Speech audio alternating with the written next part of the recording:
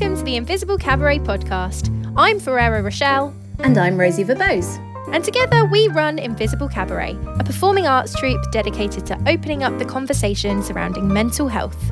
Join us as we talk to some of the most bodacious burlesque babes, cabaret creatives and inspiring artists about how their creativity and mental health intertwine.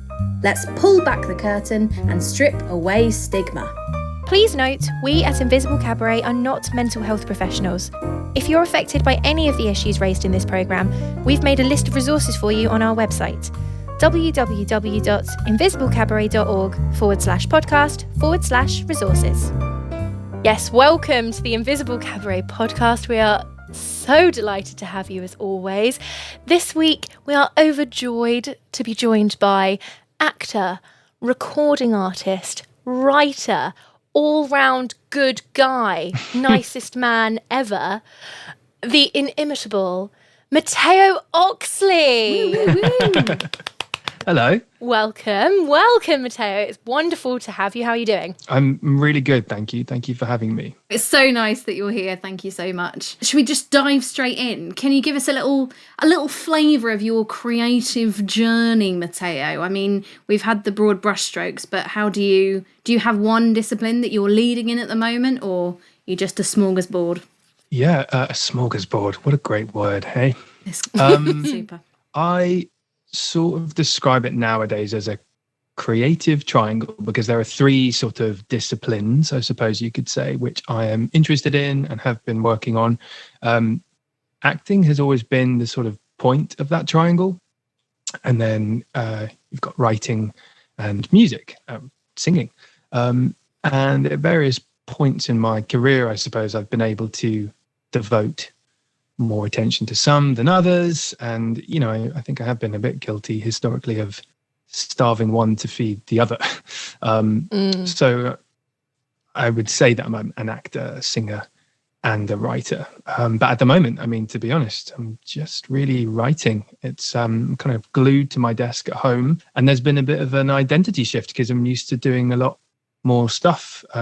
Life, you know, usually has a bit more variety, whereas now it's kind of like the only thing I can really do is write, and I've got all the time in the world to procrastinate. To procrastinate. Do you know what I mean? So I'm trying, but yeah, in a nutshell, it's those three things. And what is it that you're writing? Can we know? Yeah, so I'm writing a novel, which I still laugh about because I thought that was just beyond my ability. And it's a little cliche to be writing a novel in a pandemic. You know, but it's happened. But you know what? It's given me the time and perspective to really think about what I want to do in life and maybe some things which I've, as I say, neglected a little bit. So I put in an application last summer to the Faber Academy, which is an excellent creative school. So I applied, not thinking I would really get in, but that I had a pretty good idea for something that's been swimming around in my head for several years, and pretty much forgot all about it. And very fortunately was offered a place, and now I have to write the damn thing. That's the downside. Oh yeah. So so I'm doing it, and it's a slower process than I had anticipated. I think there's so much excitement when you first start. You're like, yeah, I'm going to write 80,000 words by Christmas and have a literary agent by January, and it's not like that. It's a slow process. At least it is for me. I'm very grateful for the structure that it's been given me in this, you know, strange amorphous time. It's I've actually had somewhere, at least virtually, to show up to, and the deadlines have sort of been nipping at my heels, but it's given me a nice sense of purpose, you know, in a time where I very often feel like I'm just floating, you know. Preach. Yeah, absolutely. So I'm really grateful for it. Well, that's good. We hit the grateful section before we yeah, that's like a whole different section, isn't it? No, not at all. It'd be like, and the podcast is done. Thanks for coming. Not at all. Is there a particular trick of the trade that you're using to kind of keep yourself to schedule? Like, is there anything that's keeping you from procrastinating? Well, if I'm completely honest, usually I am the king of procrastination, the undisputed king. I mean, I'm quite creative with ways that I can procrastinate. I can find all sorts of things to get up to. That sounds a little saucy, doesn't it? I mean, it is a burlesque podcast. It is a burlesque. Little bit of the tea. Yeah, we'll put a link in at the end. It's fine. But no, yeah. So I do struggle with structure generally. I think structure is very good for me. I just don't really like it, and I try and resist that with every fiber of my being. But I don't really have any tips. It's more just like I wanted to use this time wisely, and that's not to say I wanted to be super busy and productive. I guess I just wanted to look back at this time and feel like I was reflective, and I maybe did some stuff that kept me stimulated. And it's a very anxious time, and I do struggle with anxiety, so I wanted just to kind of, I guess, channel that energy and see if anything fulfilling could come out of it. I don't really have any tips other than kind of show up, really, even if that's just my living room. That's the key one. Mm-hmm. Yeah, just to try some new things. Actually, it's been really nice, because I think with actors in particular, there is a habit or a mindset that we sometimes trick ourselves into, which is like, if you're not just acting, if you're not investing, blood, sweat and tears in acting, then you're not really a proper actor, or like you're not honoring the craft or something like that. And all your other kind of passions and interests can sometimes fall away very quickly, which makes you a bit of a boring person, to be honest, because, we like to be multifaceted, or it's good to be multifaceted. So it's been a really interesting time for me to, I guess, examine lifestyle choices and how sustainable they might be. And just, I don't want to say experiment. I sound like some kind of scientist, like I've been here in my living room making potions or something. I guess just recognizing that this is a very unique point in history, and we might never have this sort of time again. I mean, in many ways, I hope that we don't. But I'm generally glass half full, so I've tried to use this time wisely. It sounds very smart to me. Are you missing the kind of acting and drama side of things? Are you still managing to scratch that itch? There are elements of it that I really, really miss, and I kind of ache for it sometimes. And then stuff like press nights, which I don't miss. I hate press nights. I hate walking around the room, staff, and someone sort of like chatting to you for a bit and then looking over your shoulder slightly because there's someone more interesting who's just walking. All of that stuff. I mean, who really enjoys it? I don't know. Personally, not a huge fan of that stuff, but I do really miss like being in a rehearsal room and just, when you create a little family. It's so nice when a company really gels, and they're going out for drinks together, and obviously being on stage, there's that kind of crackle around first preview or first night or whatever. So I do miss it, but then I also feel like I was kind of hurtling around London for so long at like breakneck speed. This strange time has given me pause for thought, and I think that is a good thing. I was just thinking, you reminded me when you say hurtling round London. I have a really vivid memory, Mateo, of bumping into you in Dalston. Oh, God. On Dalston High Street. I mean, you might not even remember it, but I remember it so vividly. I do remember it, We were just about to cross the street and I bumped into you and you were running on your way to the Arcola. So I don't know what year this would have been. That's it. That's 2016. I think I was doing a play there, yeah. Right, okay. Because I remember seeing you and you being like, how are you doing? And being like really genuine and nice, even though you were in a rush. And I just remember me babbling at you in like I'm going to tell you about all the things I'm doing, and I'm going to tell you about I'm doing great. I'm doing really great. But I was in such a bad place when I saw you, and I totally hid it and just like rambled at you. And I seem to remember you kind of like patting me on the shoulder and being like, wow, this has been really lovely to speak to you. And I just have this awful thought, like you left and I was like, that was horrendous. Oh no, I'm so sorry that you felt like that. No, don't you be sorry at all. I just think the phrase hurtling around London, you were hurtling on your way to a performance, or a rehearsal, and I was hurtling around. I had just started acting. That is when that would have been. Right. So I was just trying to find my feet, Yeah. being self-employed and figuring out what all that meant. And then I bumped into you, and I feel like I was so desperate to prove to you that I was doing okay, and that London was great, and that I was succeeding.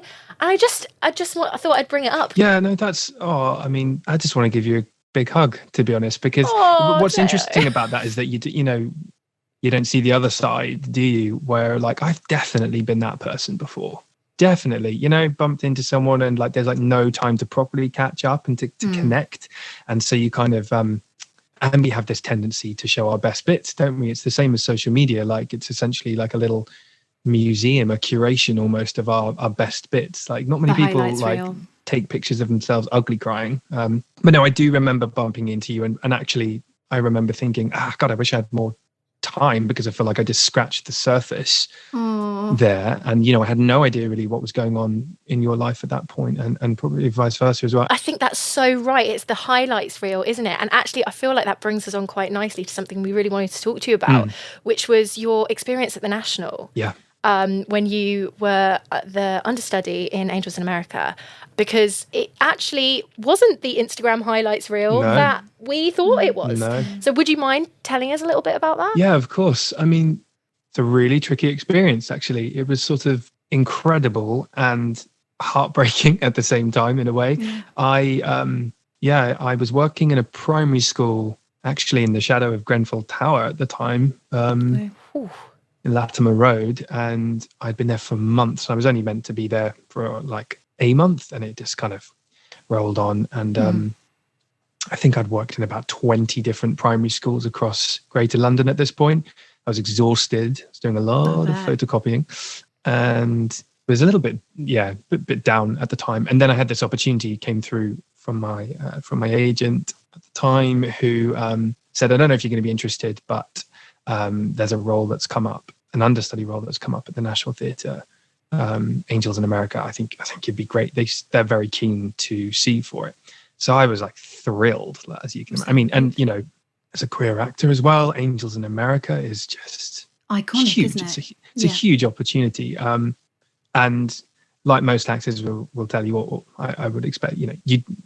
I didn't necessarily think I was going to get it, but I was just thrilled to be going in and meeting them. And this part, I mean, Prior Walter and Angels in America is just like one of the toughest things I think in theatre that you can do. And the play is 8 hours in total. It's this beast of a play. So anyway, I went in a couple of times and was very, very fortunate to get the role. You think in a way, although you're the understudy, this is my moment. I have arrived. This is kind of what I've been waiting for. Got so much meat on the bone. I can finally get to show what I can do. Yeah, your acting chops. Yeah. So it's a great opportunity. I was understudying Andrew Garfield, who obviously is this big Hollywood star, and Denise Gough was in the play, Russell Tovey, Nathan Lane,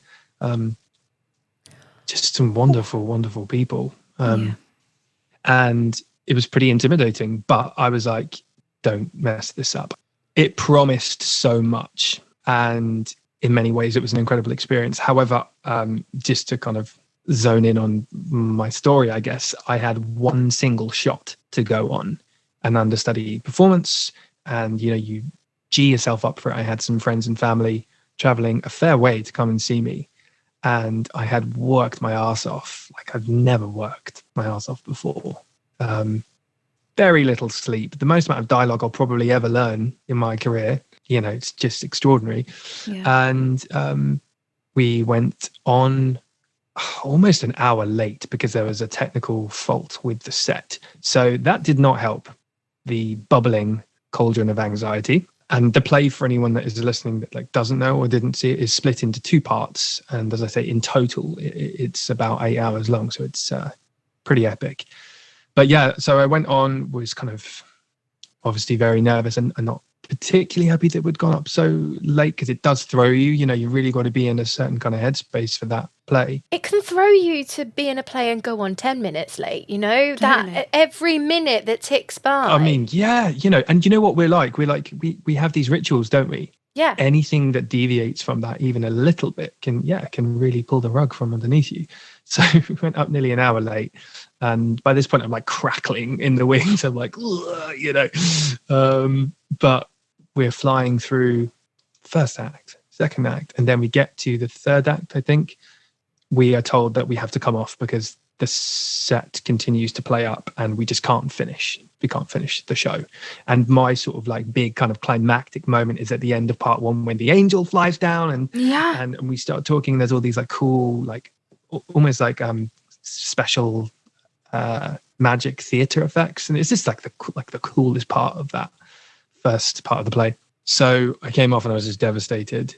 People had come a long way to see that, and it was really hard. And then I didn't get to do part two. I didn't get to do Perestroika, and that was my favorite part as well. Like that's kind of like a really special play, and you know I was holding it all in my body and obviously in the front of my head, and I felt like I never really got to like say it. I never really got to do it. I never got to kind of expel that, if that makes sense. Right. Absolutely. And so I had a really tough time after that because I still had quite a bit of the run to go.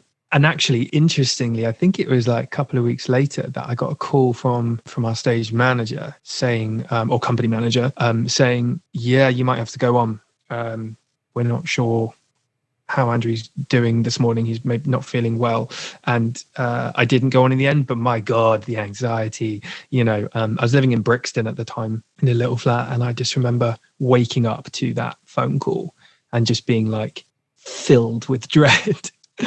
But then also like excited because I'm like, okay, maybe I get to kind of do the thing, you know, remedy the situation. And it didn't happen. And then unfortunately I didn't for the rest of the run get to go on. And actually Andrew very sweetly after my understudy show that I did do or some of it came up and gave me a big hug and said, I'm really sorry, that's just so shit. And of course, you know, he can't help it that he's really healthy and I wouldn't wish ill on anyone. Yeah, right. You're not going to all about Evim, are you? Yeah, nah, right. You know, it's kind of like, it's like pay someone to put a hex on him. Or like, right. So, and also, you know, to be completely honest with you, we didn't have a great deal to do with each other because it's such an intense role. You really have to be in a headspace for it. And sometimes I would shadow rehearsals with him, but a lot of the time we were kind of kept separate, which may have been a deliberate choice just because it's a tough role and you don't really want to pick up on what someone else is doing, you know. I certainly didn't want to be a carbon copy of whatever he was doing, and you know, I'm sure that maybe at times me being in the room could have been distracting because you're kind of like the parallel universe version, right? It's like Schrodinger's Prior Walter, right? Exactly. It's exactly that. Yes, stick that on a t-shirt. Nice work, Ros. Thanks. But no, it's exactly that. So, you know, all of the understudies are different flavors and have in their own right earned their place there. And it was so cool to be with the other understudies and see how they were kind of working differently and their different sort of artistic choices. But yeah, look, it was a really hard one and it took a long time. I'm not gonna lie, it took a long time for me to feel okay about it. And now I look back and I'm like, wow, I'm so much more robust as an actor and I've got thicker skin and I learned like a ton of technical stuff on that show. And first of all, just kind of prove to myself that I can step up to bat and like do it. You know, when I was rehearsing, I was like, I don't think I can do this. I don't actually think I can remember this many lines. Right. You know, so to get to a place where I'm now like, that was really valuable. And I the pain that I also felt on that production is now, I don't want to say justified, but I understand now. And actually, do you know what? I got to do a gift of a show afterwards. I went from being on one of the biggest stages in London, the Littleton, which is like impossibly wide and has like really tough acoustics, to working at the Finborough Theatre in this like sparkling little three-hander play, an American play, where I was in every single scene. So I kind of went from not being on stage and very much like being like shadow prior to really like, you know, being in the whole play like the whole time. And it was such a gift. And that was the best thing that could have happened after Angels in America, because it's like I just kind of took everything down, you know, and it was a really detailed, very thoughtful, provocative production. There was no kind of like expensive set design, you know. There's a lot of noise and color that goes with a National Theatre production, and this was just very quiet. I mean, The Busy World Is Hushed. It was a very sensitive play. So I felt quite bolstered. Yeah, I bet. You kind of went from being part of many people's anxiety dreams of waking up to a phone call that you're going on stage and you're dreading it, to remembering why you love the craft and remembering why you're there and why you've been showing up to rehearsals. Like, I'm so glad you got to do that. Yeah, it was a really nice one. It was quite a pure job, and we weren't getting paid a lot of money. You know, it was peanuts, and we were rehearsing in the middle of nowhere in somewhere in North London. Can't even remember now, some kind of office block. And there was no frills, you know, it wasn't, there were no frills attached. And so it was also probably good for the ego, you know, just to come back down and be like, why did you do this job again? Because you're not doing it for the money, let's be honest. And, you know, you're not doing it for the fame, because fame is kind of terrifying and completely arbitrary as well. So, I look back at that fondly. What a roller coaster. Do you therapy, Mateo? You talk like someone who has therapied. That's really funny. Yes. Well, first of all, my mum was a nurse for 25 years in the NHS. So she always spoke and speaks very highly of any kind of therapy or counselling, and recommends it to anyone, even if you don't seemingly have problems in your life. So I had a very positive relationship to it, and I had a very good experience. And I learned a lot of tools and I suppose coping mechanisms. I'm really, I was going to say I'm very grateful for it. Another little bit. Yes, right, you're allowed. It's foreshadowing. It's fine. Oh my goodness. But yeah, so I have been in therapy, and I'm not anymore. And I feel like it's given me good strategies to cope with the kind of slings and arrows of life. But that doesn't mean that obviously I don't have my wobbles, because boy, I do. Mm-hmm. Mm-hmm. And you mentioned your mum just then. You're very close to your mum and your family, aren't you? You've got a tight-knit relationship. Yeah, we are quite tight, actually. Yeah, it wasn't always like that. Actually, we had like quite fractious relationships for a very long time, and we've like managed to figure it all out. Not me and my mum specifically necessarily, but I'm the youngest of 5 siblings, and we all kind of live in different places, and we're all different ages. Like I'm the youngest, and my eldest siblings are in their 50s, in their early 50s. So it's a big age gap. Yeah. But a few years ago, my mum got very ill and had to have several brain surgeries, and we didn't know if she was going to be around anymore. And she had what's called hydrocephalus, which is water on the brain. And but she's one tough cookie, and she was very well looked after by her doctors. And I mean, she had to teach herself to walk and talk again. She's kind of incredible. We call her Bionic Bev, because at the time she had to have like metal plates inserted into her head to sort of redistribute the flow, essentially. And so she's quite a remarkable woman, and very inspiring, and we're just really lucky to have her still around, and feel very very positively towards the NHS because of my mum's career, and also what they did for my mum in particular. And also she is just like, anytime I'm in a play, she is on the front row. Like, she would make an LED sign and hold it up if she could, she calls it the sad mother's seat.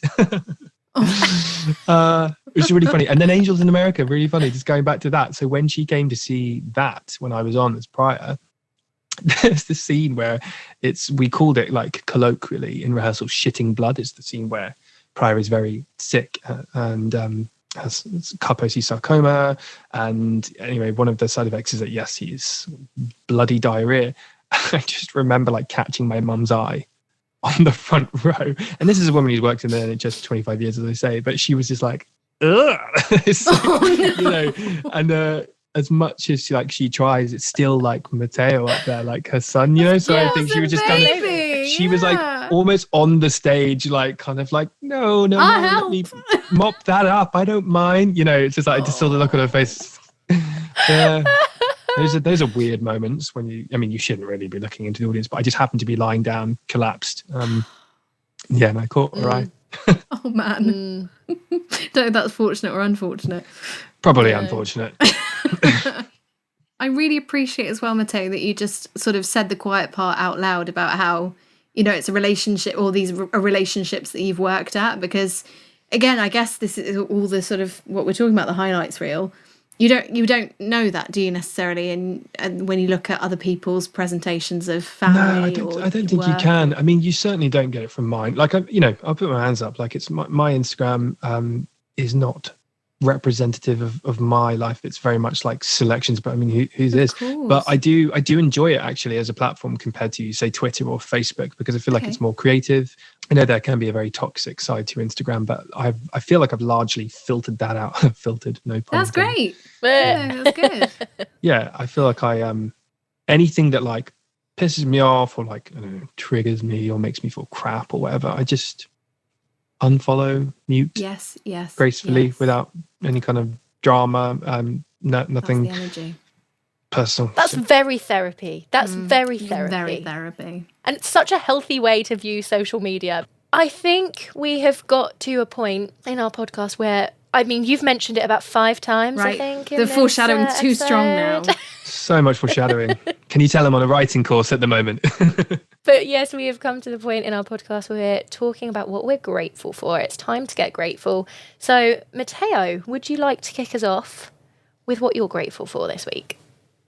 How many things? You can have as many things as you like. Top 3. Give us but let's stick to 3. Okay, top 3. Number 1, I'm very fortunate to have an incredibly patient boyfriend who has just been so lovely and supportive whilst my career has essentially been on ice for a year. So shout out to Tom for that. Number 2, they won't be happy about it, but it's my cats Nimbus and Rufio who bring me so much joy. And that's all you'll see on my Instagram at the moment. It's just so many photos of them. They're very aesthetic cats. I mean, there's nothing wrong with it. You should be sharing it. They're beautiful. And they're just like, they've got such big personalities. I mean, I do love cats, but some cats can be really boring or scratchy or kind of mean or don't really do anything but sleep. And I feel quite lucky that my cats are dynamic little souls. God, I'm such a proud dad. And number 3, I've been very lucky actually, because I have managed to stay quite busy and creatively stimulated throughout this time, and I've done some really cool like online digital projects, and I think most of them have been like no payment or anything. I've just been like delighted to be involved and like connecting with people. How lovely. I've done stuff with people that are all like dotted around the country, even overseas. I'm doing something tomorrow with someone who's in Paris. So I've been really grateful for that. Also, I guess the world just feels a little bit, I know it feels bigger because of the internet, but I'm starting to see, I think probably I'm able to see now, there's a sense of it lifting, even if it's slowly, that like actually the world's got a bit bigger in the last year because everyone's been like, oh yeah, we need each other. Funny that. So like having those sort of international links and being like, yes, let's art together because I need somebody to art with, it's really beautiful that that's also not for like necessarily commercial value as well, just for like the love of it. I do feel like culturally we've lost a little bit of that kind of doing something artistic for the sake of it, for joy, rather than sort of how much am I going to get paid for this? Yeah, big thing. What about you, Ferrero? Rochelle, what are you grateful for this week? I am grateful for my bike. I've not been out very much recently. Like literally the past 2 months, I haven't left the house other than to go to the shop. Yeah. And today I went on a super secret, super exciting Invisible Cabaret mystery on my bike, which took an hour. And it was so nice. It was really busy. And there was lots of cars. My mum won't be very happy to hear that. I was fine, Mum. Yeah, it was really, really busy. But it was so nice just to get out. And I'm really grateful that I have a bike that I can just jump on and go off on little adventures with. Really lovely. Rosie V, what are you grateful for this week? I am grateful. It's quite specific, but so as I'm anyone who's listened to more of the podcast will know that I, because I harp on about it a lot, deal with chronic pain, and I've been a bit flary recently, and I was due a catch up with someone from uni who haven't spoken to in months, and we do tend to catch up every few months, but it's not more frequent than that. And I was really looking forward to having a chat with him, and it got to 5 minutes before, and I was just like, I can't do it. And I had to text and do that well-practiced text that I've got now of, I'm really sorry to let you down. I promise it's my body and not me. Just please, let's do next week. But I love you and it's not personal. I just can't. And I'm really grateful for his response, which was I'd never have a problem with friends. I'm really lucky. I don't have anyone who's antsy or yucky about it when I have to do this. And I know that's not the case for everybody. But this friend thanked me for telling him. Like, I would hate to make you feel any worse. Thank you so much for being honest with me and letting me know. I didn't cry, but I thought about it. That's I'm really surprised lovely. you didn't cry. Isn't it lovely? That's really lovely. So I'm grateful Gonna for... cry now? Yeah, maybe. No, I'm fine. Yeah, so I'm grateful for lovely friends who are just empathetic and gorgeous. That's... Good on him. Great friend. That's good the friend ideal award. response. Right? That's what I thought. Top level friendship. Yeah. Yes. We've had one from Andrew, from lovely Andrew in San Francisco, who is becoming quite the regular, who is grateful. Our American Our friend. American friend. Hey, Andrew. Who is grateful for spring. And then he's put some emoji of flowers and also the colourful little birds, because previously he said that he was grateful for the birds that come to visit on his porch. Oh, well, thank you, Andrew, so much for sending that in. And if any of our listeners would like to send in what they're grateful for, you can contact us on all of our socials or via email.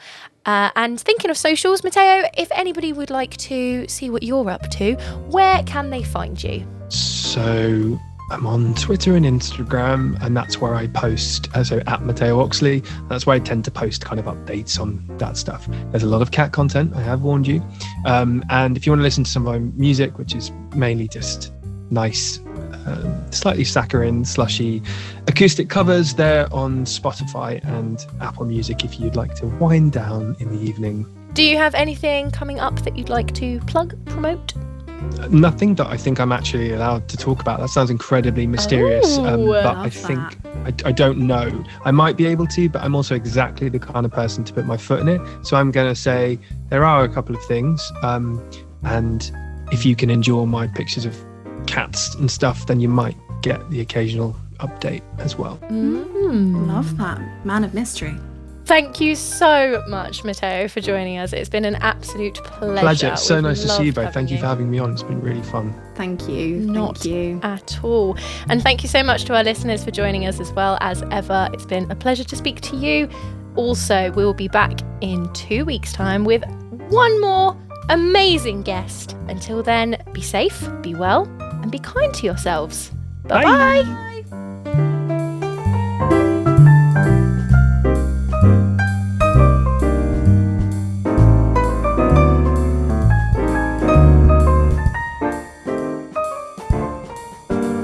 This has been the Invisible Cabaret podcast. Thank you for listening.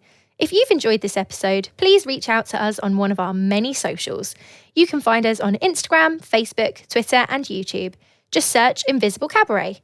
We'd also be grateful if you could rate and review the podcast and share it with a friend so we can continue stripping away stigma together.